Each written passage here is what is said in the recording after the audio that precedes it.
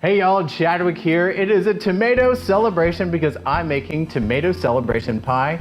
Cherry tomatoes are my absolute favorite snack and I'm turning them into something that's gonna be your family favorite. Come with me in the kitchen, I'm gonna show you how it's made.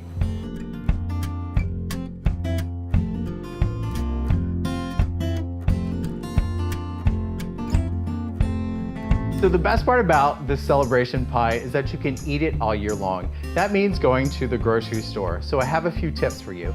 First, choose the cherry tomatoes where you know people have loved and cared for them. That's a tip my grandfather taught me when I was a little boy. Second, use the packaging as a colander. Simply pop the top off, run it onto the faucet, and you're done. Third, use a serrated knife. It's a clean slice every time. One of the things that makes this pie so delicious is that it has a butter cracker crust. You take 2 sleeves, drop them into a large resealable bag, and then we're gonna crush them up.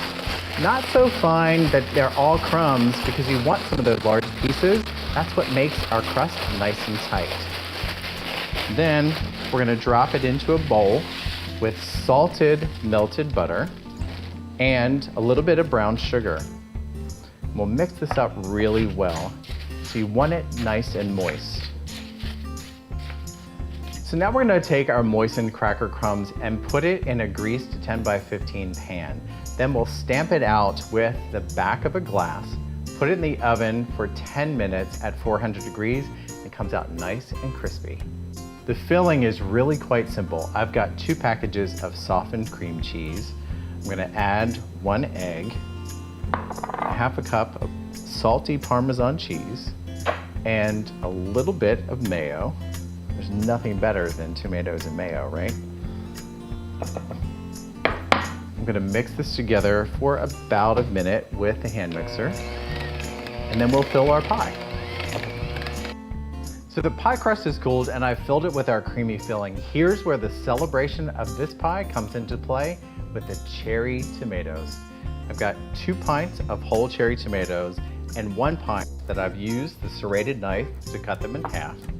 I'm gonna add some golden olive oil, finely chopped garlic, some fresh sweet basil, and a little bit of salt and pepper. Now I'm gonna toss this together so it's nice and coated with the oil.